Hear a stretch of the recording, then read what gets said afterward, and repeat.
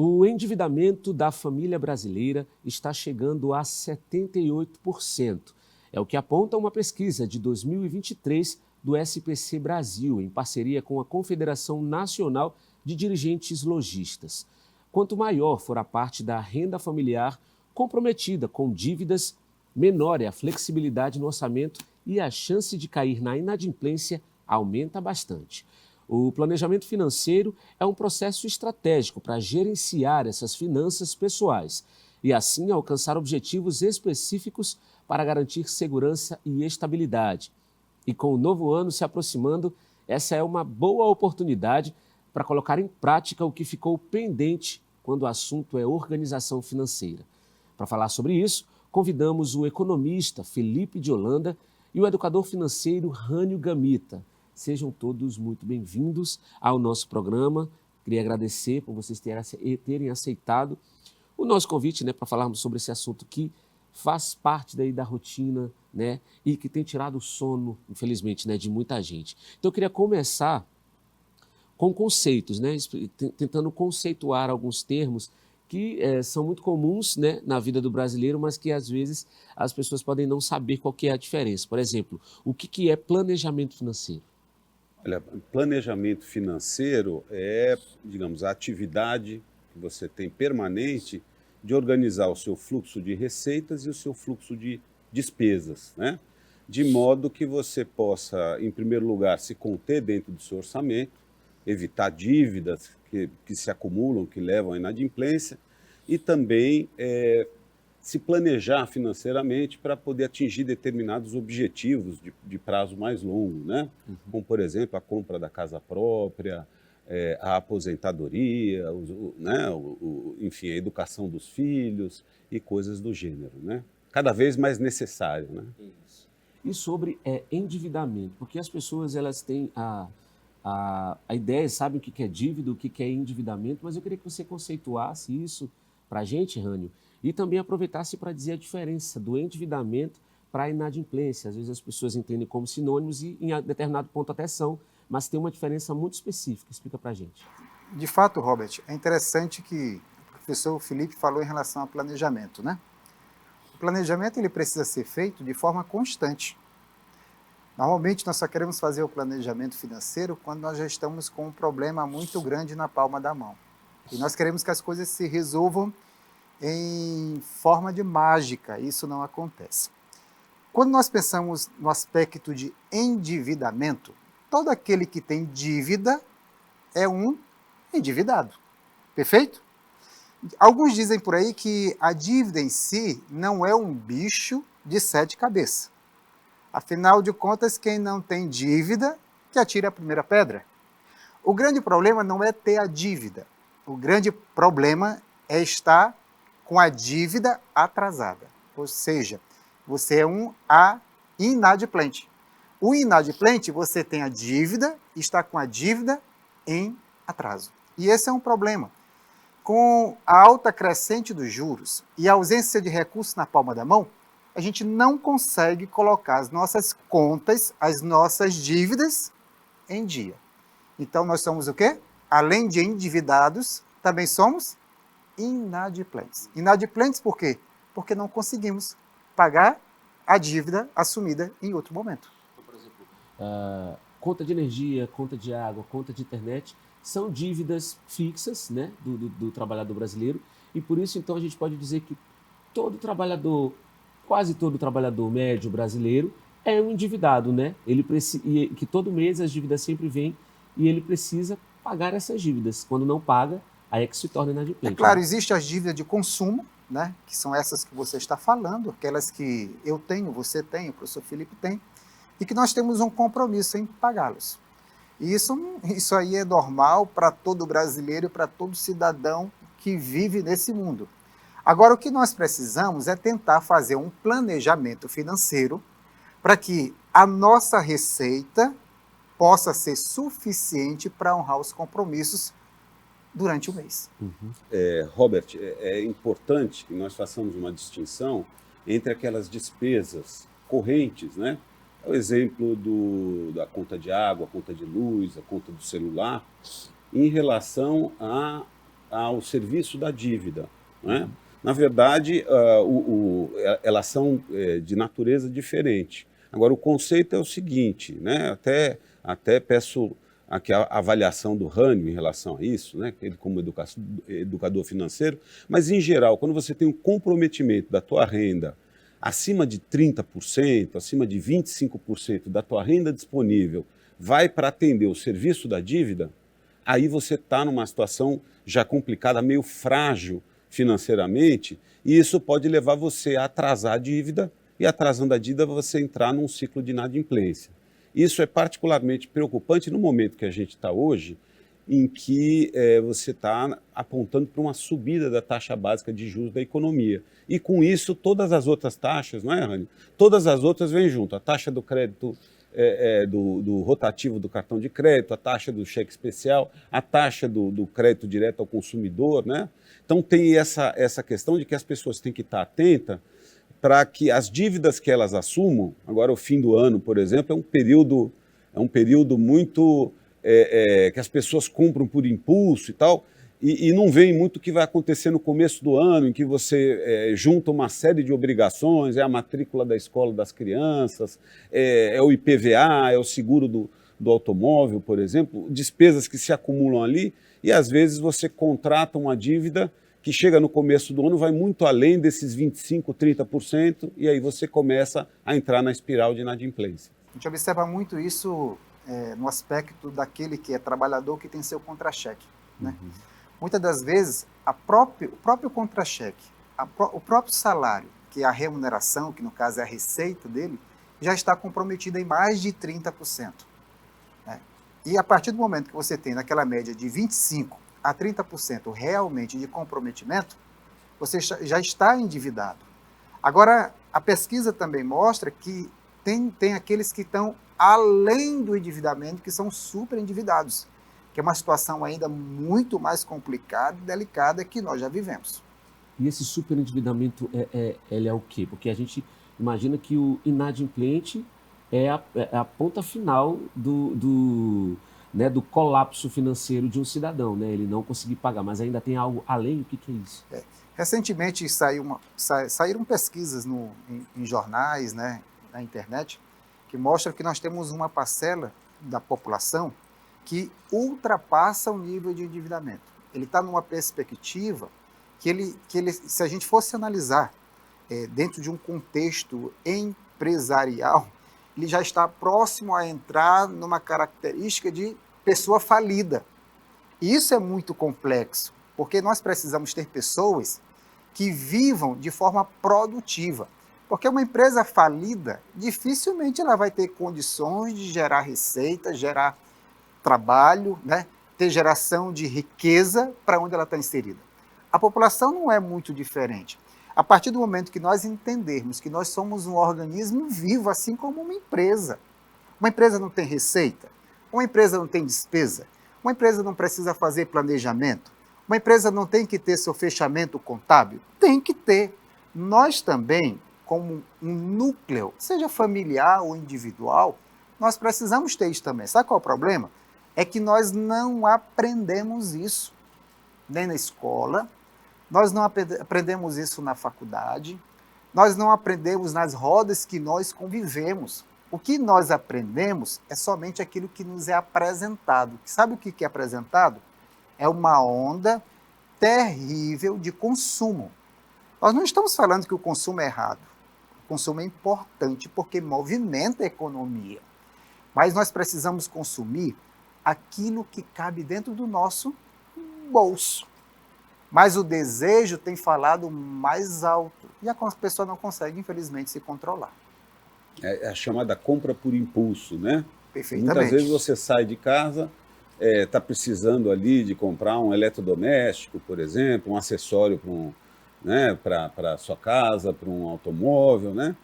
E o lugar que está na vitrine, você entra numa ótica, por exemplo, isso é muito típico, né? Entra lá, está um clima de festa, te servem bebida, te comemoram, e de repente você está comprando uns óculos que são muito mais caros do que aquilo que você queria originalmente, gera uma prestação que vai se somar a outras prestações, né?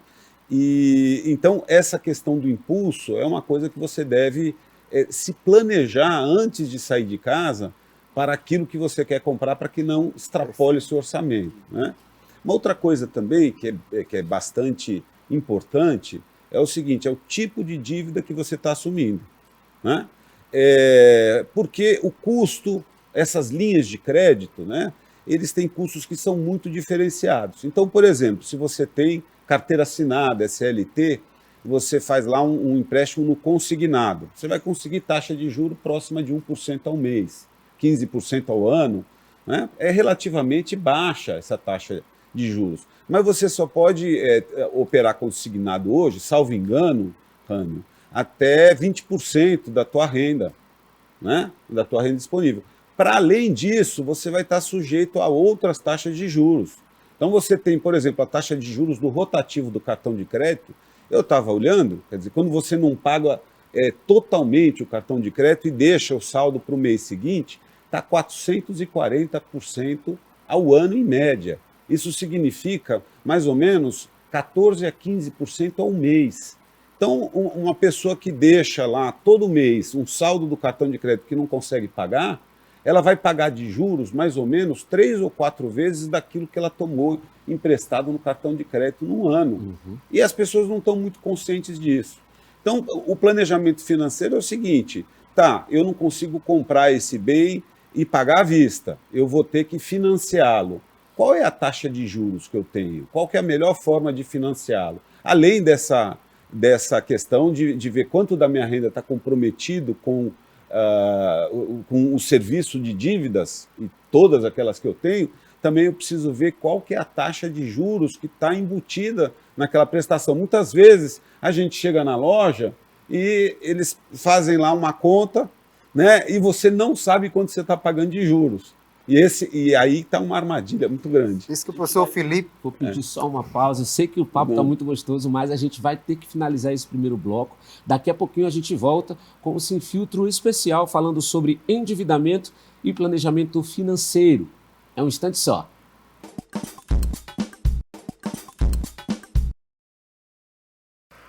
Estamos de volta com o Sem Filtro. O programa de hoje é especial sobre endividamento e planejamento financeiro. Para falar sobre o assunto, aqui no estúdio, o economista Felipe de Holanda e o educador financeiro Rânio Gamita. Vamos continuar aqui a nossa conversa, o nosso debate. O Rânio ia falar alguma coisinha agora, antes do primeiro bloco? O professor Felipe, ele tocou num aspecto importante. Nós precisamos quantificar o quanto que nós estamos pagando de juros em relação à aquisição daquele bem, até de um serviço ou de algo de consumo. E é muito simples. A partir do momento que você pega a quantidade de meses e multiplica por aquela parcela, faça no seu celular na hora da compra e diminua do valor a ser pago à vista. Você vai perceber que há uma diferença considerável. Todo aquele montante é o encargo que você vai assumir fracionado nas parcelas. Eu faço muito isso.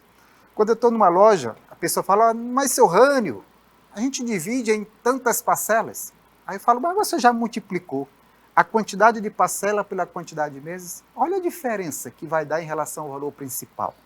Nós precisamos quantificar isso, porque essa quantificação é exatamente um recurso que você está disponibilizando para terceiros, que poderia ser o quê?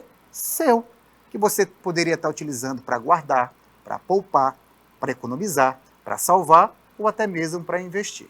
Agora, Rânio, quando você fala sobre essa questão de quantificar, né, de fazer a conta, é muito importante, mas às vezes ela não é viável ou factível por conta da realidade daquelas pessoas. E aí a gente entra em uma outra questão, que são aspectos socioeconômicos que estão para além da educação financeira, né, do botar na ponta do lápis, no papel.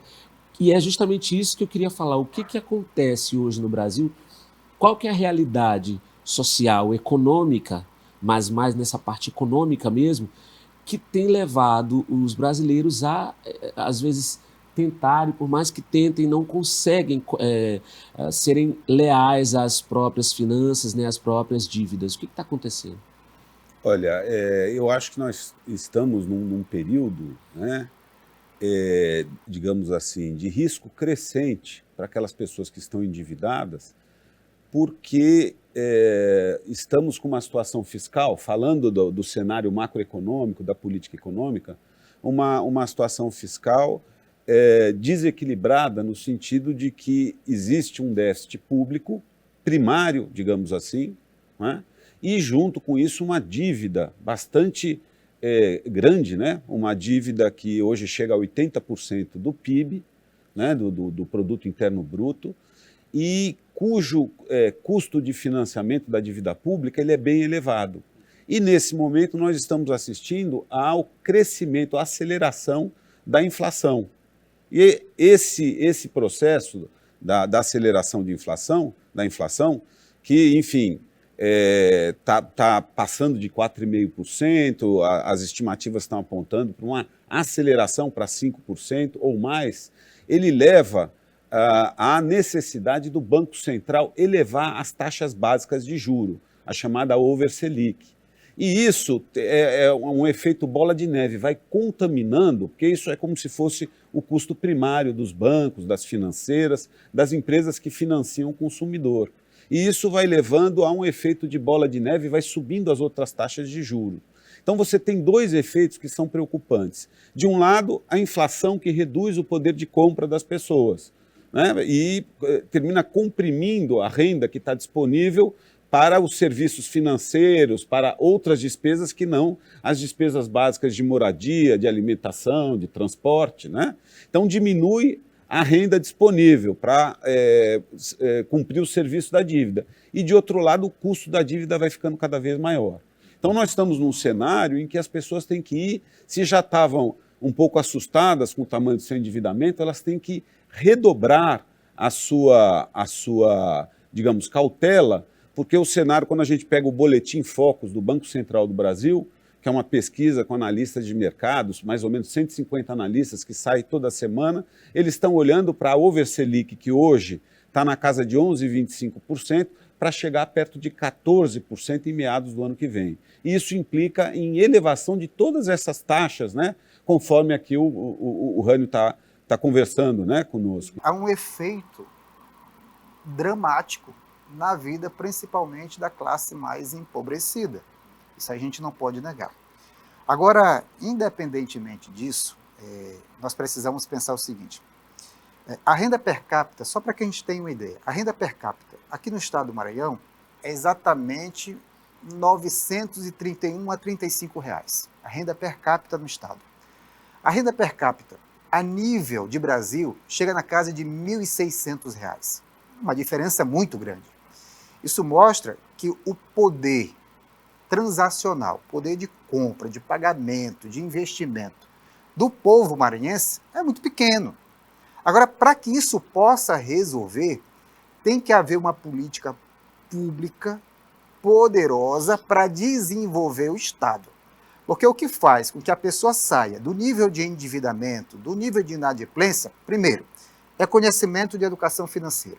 Porque por mais que ele não tenha condições e dinheiro no bolso, mas se ele tiver uma vida financeiramente equilibrada, ele vai conseguir passar por esses altos e baixos que a economia nos oferece a cada ciclo.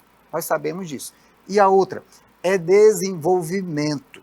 Tem que ter geração de emprego no Estado, tem que ter geração de emprego no país para que a população possa trabalhar e ter recurso. A população tendo recurso, a economia, que é uma máquina, uma engrenagem, ela começa a girar mais facilmente. Não tem mistério. Agora tem que ter o quê? Planejamento e uma ação de desenvolvimento.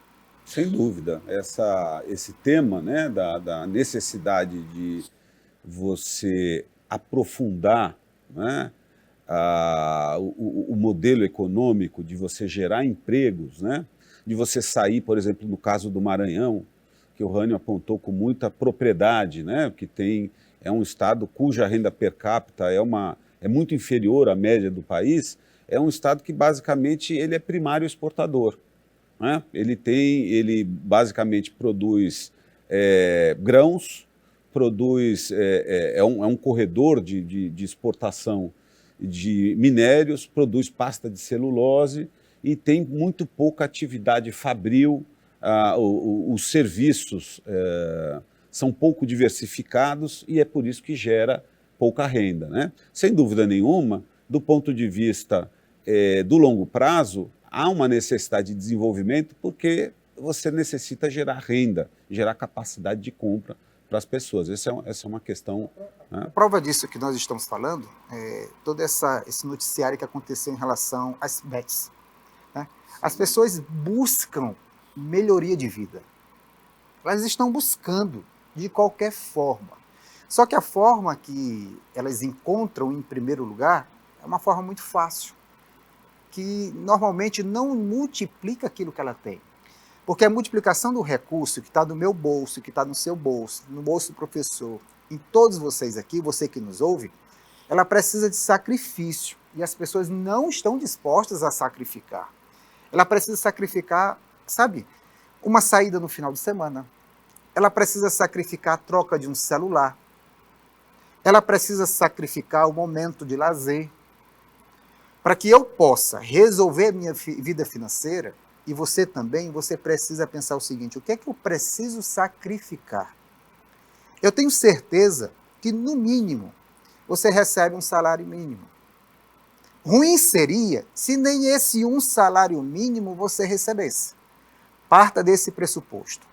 E a partir desse salário mínimo que está na sua mão, você precisa pensar como eu vou repartir esse salário mínimo, por mais difícil que seja. Você precisa ter sabedoria. E como é que faz isso? É com educação. Eu lembrei de das 3 perguntinhas. As 3 perguntinhas que você deve fazer no momento de tomar a decisão de comprar alguma coisa. Digamos, você está lá no shopping, está numa loja de departamento, né? É o seguinte: a primeira é: eu posso comprar isso, né? A segunda pergunta é: eu preciso comprar isso? De fato eu preciso? E a terceira pergunta é: eu devo comprar isso?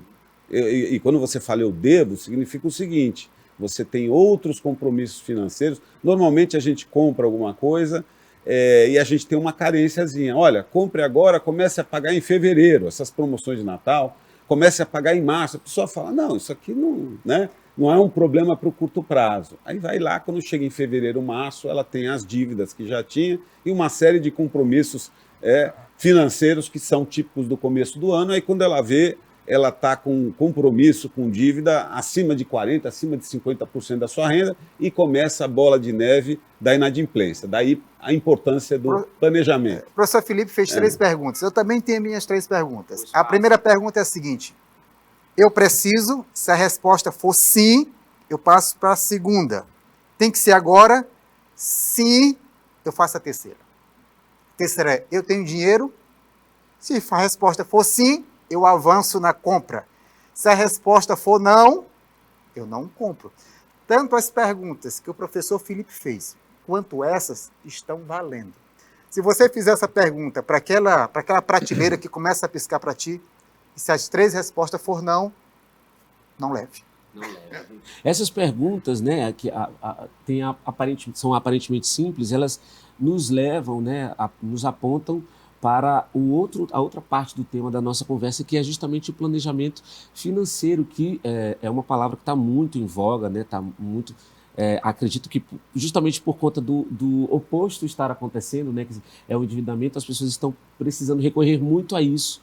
Mas essa é uma prática que ela não, aqui no Brasil, ela não é enraizada desde o começo da vida, né? Desde a infância, nas escolas, ou não está na base ali, né? Das escolas, do conteúdo, educação financeira na matemática da escola. Então, eu acho que isso é uma coisa que também, como política pública, se o governo quer que o cidadão esteja trabalhando, esteja financeiramente saudável, é importante que ele comece essa preparação desde o começo, desde começar do começo, né? Sim, sem dúvida. Educação financeira é uma questão fundamental, né? Para que as pessoas possam atribuir o valor ao dinheiro, né? Para que possam se planejar para a vida mesmo, né? E eu acho que um aspecto muito importante desse planejamento, além de você estabelecer as metas, digamos, as metas de curto prazo, as metas de médio, de longo prazo, eu acho que é o acompanhamento, é o monitoramento dos seus gastos. Não é? Uma forma bem simples de fazer isso e bem útil é você, todo mês, né, dividir os seus gastos por categorias.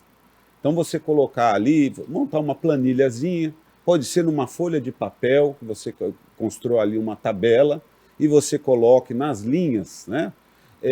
Coloque ali o tipo de despesa que tem. Então, por exemplo, a despesa de moradia, né? Seja o aluguel, seja o financiamento da casa, do apartamento, a despesa de alimentação, a despesa de transporte, a despesa de comunicação, a despesa de vestuário. Você categoriza essas despesas e vai acompanhando no mês a mês. Então você vai vendo ali dentro do supermercado, por exemplo, você pode distribuir um pouco isso, pode subdividir, por exemplo, o que eu estou gastando com material de limpeza, o que eu estou gastando com as carnes, com os queijos, né? O que eu estou gastando com o celular, o que eu estou gastando, digamos assim, com as assinaturas de TV, eventualmente, que eu tenha, né? E fazer este monitoramento e também o que eu estou gastando com dívida, não é isso? Também o que eu estou gastando, sim. Pois não. Vou ter que parar de novo, que a gente vai precisar dessa pausa aí para o terceiro bloco, mas daqui a pouquinho a gente volta, a conversa está muito boa, a conversa está interessante e vai continuar no terceiro bloco. A gente volta já.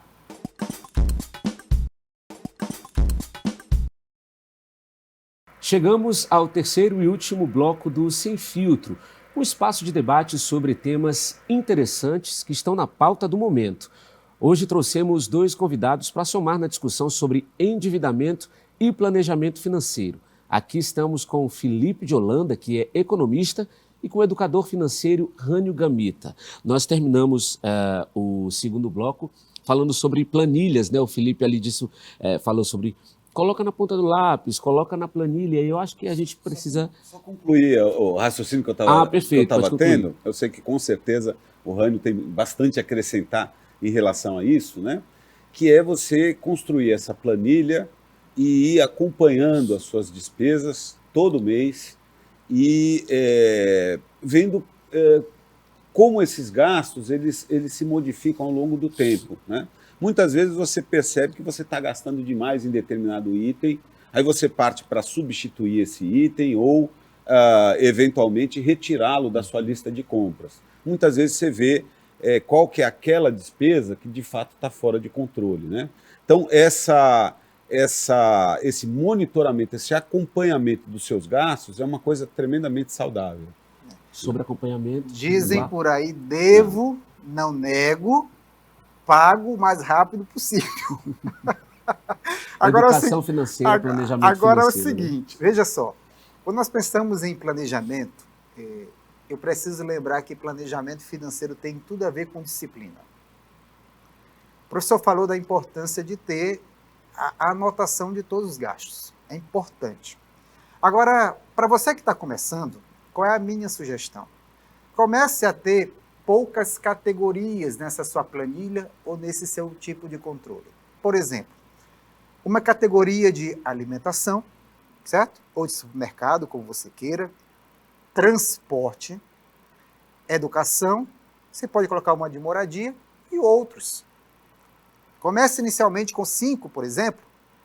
A partir do momento que você começa a controlar 5 tipos de categorias, você vai começar a perceber, daqui a pouco, daqui a algum tempo, que precisa aumentar o nível de informação.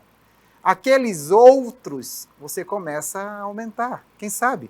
Energia, água, telefonia, manutenção de carro. Mas o importante é você ter um ponto de partida. O importante é você começar, mas saber que você não pode parar. Porque para que você tenha sucesso dentro de um planejamento financeiro, é muito importante ter o quê? Disciplina e constância. Quando o professor estava falando sobre essa questão das contas de fim de ano, mas na verdade do começo do ano, né, compromissos, e essa questão do final do ano, as pessoas comprarem muito por impulso, o impulso, na verdade, é porque muitos trabalhadores têm aquele incentivo que é o 13º salário. Então, a pessoa, às vezes, sabendo que vai ter o 13º salário, ela, né, eu estou podendo, né, e eu posso gastar. Então, o que o trabalhador pode fazer para que aquele incentivo financeiro a mais, que é para ajudar, não se torne um problema?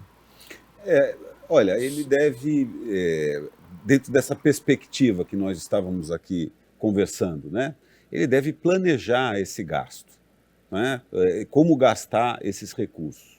Então, eu diria o seguinte, tem uma regrinha que diz que o 13º deveria ser dividido em 3 partes. Uma parte para lidar com as dívidas que você tem, com determinados compromissos que estão em aberto, pode ser reduzir uma dívida, pré-pagar uma dívida. Uma outra parte, você tem que se preocupar com aquele acúmulo de despesas típico do começo do ano, né? Que vem não só as compras a crédito agora no final do ano, né? IPVA que vem no começo do E ano. aí também, né, não apenas o que sobra, digamos assim, as despesas que sobram do cartão de crédito, né, enfim, do final do ano, parcelado, mas também esse acúmulo de despesas que tem no começo do ano. Tipicamente, aí, matrículas escolares, material, uniforme, para quem tem filhos, né, em idade escolar. Você tem também as despesas com automóvel, para quem tem automóvel, né? E a gente diz o seguinte, você tem que estar de olho nesses 2 aspectos. E a terceira parte é para ser feliz, né? Para você gastar naquele momento. A maior parte das pessoas diz assim, oba, o 13º deixa eu finalmente sair do sufoco e ser feliz agora com ele, e termina indo além do 13º. Por impulso, como a gente dizia aqui no começo da conversa, termina comprando uma série de coisas financiadas, não, compre agora, comece a pagar em março. E aí chega em março, ele está com uma bola de neve ali, que ele tem dificuldade, né? Então o 13º, na verdade, ele é um respiro, mas que deve ter, como tudo aqui que a gente está conversando, né, Rânio? Ele deve ser planejado a forma como gastá-lo, né? Normalmente, as pessoas recebem seu 13º, a primeira parcela, até o dia 30 de novembro, essa é a convenção, né? Isso aí é o padrão. E até o dia 20 de dezembro recebe a segunda parcela. Interessante que a segunda parcela ela vai ser menor do que a primeira parcela, porque a segunda parcela vem com descontos, que seja desconto previdenciário, que é o INSS. Agora existe uma outra parcela da população que já recebeu em fevereiro, que já recebeu em março, que já recebeu no meio do ano. Então, cada caso é um caso, mas a regra que o professor falou é um negócio que tem que ser bem atentado. O importante é o seguinte, o que eu penso, tá certo? Como educador financeiro, todo ganho extra, eu preciso pensar, o que eu posso tirar desse ganho extra para que eu possa também pensar não apenas em gastar, mas eu possa pensar também em poupar. Né? Todo ganho extra, eu não posso pensar apenas em consumir, que é o que acontece. As pessoas falam assim, se eu tivesse um aumento salarial, se eu tivesse uma promoção, eu ia pegar essa diferença do ganho do aumento salarial ou da promoção, eu iria investir. Mas quando as pessoas começam a ganhar um pouquinho mais, sabe o que elas querem? É trocar de carro. É aumentar uma prestação que antes não tinha. E esquece de pensar no futuro. Porque quando nós falamos em planejamento, eu preciso estar planejando hoje para que eu tenha um futuro mais seguro. E isso, infelizmente, muito pouco se fala. Porque a população que antes estava aqui, nova no Brasil, com disposição e com garra, ela está se transformando numa população envelhecida.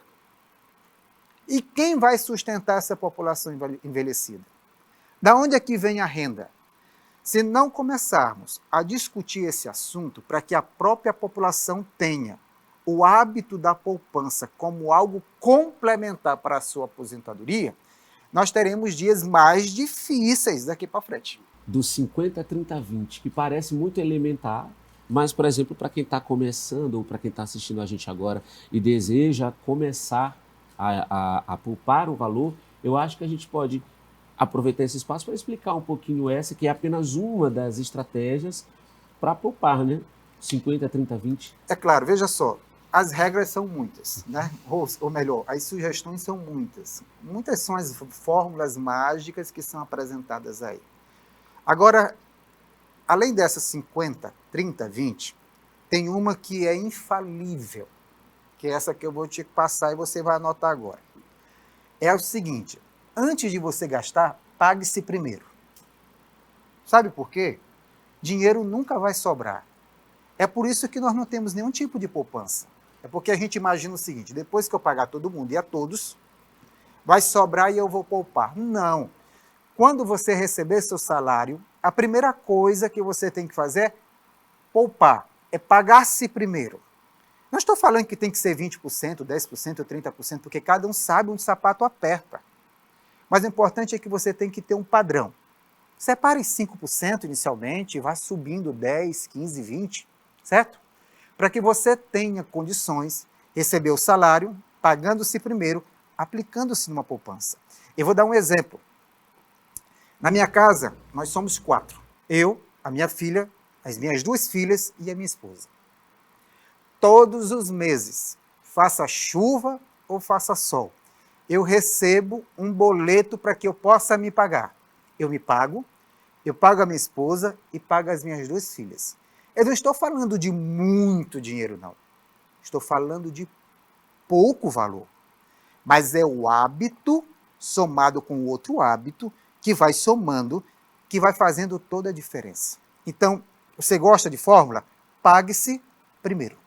Importantíssima, né, essa dica. Bom, gente, nós vamos chegando ao fim dessa discussão, dessa edição especial aqui do programa Sem Filtro, e eu peço neste momento que os nossos convidados usem esse espaço que nos resta para fazer suas considerações finais, mais algum conselho, mais alguma dica, mais alguma contribuição nesse espaço que resta para nós.